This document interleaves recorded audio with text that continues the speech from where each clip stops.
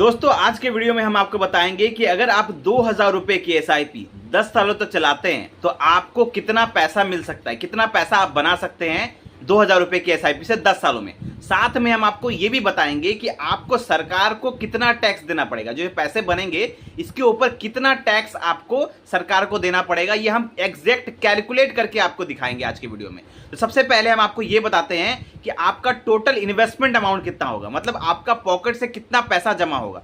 अगर आप 10,000 रुपए 2000 रुपए की एसआईपी 10 सालों तक करते हैं तो पॉकेट से कितना पैसा लगेगा। तो आपका जो टोटल डिपॉजिट अमाउंट होगा वो होगा 2,40,000 रुपए। मतलब अगर आप 2000 रुपए की एसआईपी 10 सालों तक करते हैं तो आपके पॉकेट से 2,40,000 रुपए यहां पर इन्वेस्टमेंट होगा। अब बात आती है कि आपको रिटर्न्स कितना मिलेगा, आपको प्रॉफिट कितना मिलेगा।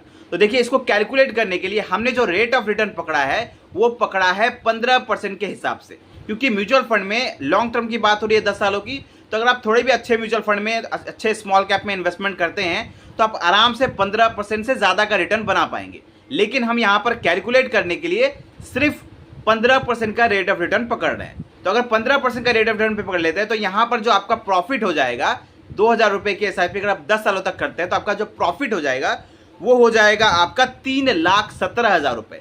ठीक है, आपका टोटल इन्वेस्टमेंट अमाउंट होगा 2,40,000 रुपए और आपका प्रॉफिट हो जाएगा 3,17,000 रुपए। अब इस प्रॉफिट को और इन्वेस्टमेंट अमाउंट दोनों को अगर जोड़ दिया जाए तो ये होगा आपका फाइनल वैल्यू जो आपको मिलेगा। तो ये फाइनल वैल्यू हो जाएगा आपका 5,57,000 रुपए के आसपास आपका फाइनल वैल्यू हो जाएगा। मतलब अगर आप 2000 रुपए की एसआईपी 10 सालों तक चलाते हैं तो आपको टोटल पैसा मिलेगा 5,57,000 रुपए, मतलब लगभग 5.5 लाख रुपए के आसपास आप पैसा बना पाएंगे अगर 15% का रेट ऑफ रिटर्न मिलता है। तो इससे ज़्यादा भी रिटर्न मिल सकता है, इससे थोड़ा बहुत कम भी मिल सकता है।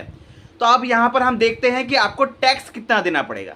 जो पैसा आप बनाएंगे इसके ऊपर आपको सरकार को कितना टैक्स देना पड़ेगा। तो म्यूचुअल फंड में दो टाइप के टैक्स लगते हैं, एक होता है short term capital gain tax, दूसरा होता है long term capital gain tax. Short term capital gain tax यहाँ पर शॉर्ट टर्म 20% का टैक्स लगता है, वहीं long term capital gain tax 12.5% का होता है। अगर आप 1 साल के बाद बेचते हैं तो आपको लॉन्ग टर्म टैक्स लगता है, अगर आप 1 साल के अंदर म्यूचुअल फंड बेचते हैं तो आपको 20% का short term capital gain tax लगता है। तो यहाँ पर 10 सालों की बात हो रही है तो डेफिनेटली यहाँ पर 12.5% का टैक्स लगेगा, जो कि long term capital gain tax रहेगा। अब टैक्स किस वैल्यू पे लगेगा, तो टैक्स आपके टोटल 5.5 लाख रुपए के आसपास के वैल्यू पे नहीं लगेगा, टैक्स आपके रिटर्न्स के ऊपर लगता है, प्रॉफिट के। मतलब आपने म्यूचुअल फंड में कितना प्रॉफिट कमाया उसके ऊपर टैक्स लगता है। तो आपका प्रॉफिट कितना था, आपका प्रॉफिट था लगभग 3,17,000 रुपए आपके प्रॉफिट थे, तो इसके ऊपर आपको टैक्स लगेगा। लेकिन टोटल 3,17,000 पे नहीं लगेगा, इससे माइनस हो जाएगा 1,25,000 रुपए, क्योंकि ये सरकार द्वारा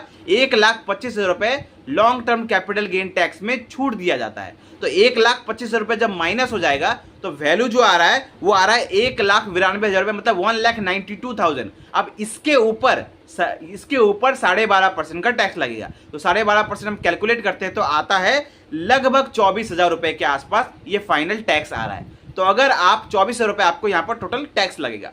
तो अगर आप 2000 रुपए की एसआईपी 10 सालों तक चलाते हैं तो आपको जो टोटल पैसा मिलेगा वो मिलेगा 5,57,000 रुपए, और आपको जो टोटल टैक्स देना पड़ेगा वो देना पड़ेगा 24,000 रुपए के आसपास। ये टैक्स आपको कब देना पड़ता है, जिस साल आप म्यूचुअल फंड से पैसा निकालेंगे उस साल आप जब आईटीआर फाइल करेंगे उस साल आपको शो करना पड़ेगा और वहां पर आपको टैक्स लगेगा। तो आई होप आपका सारा कंफ्यूजन दूर हो गया होगा।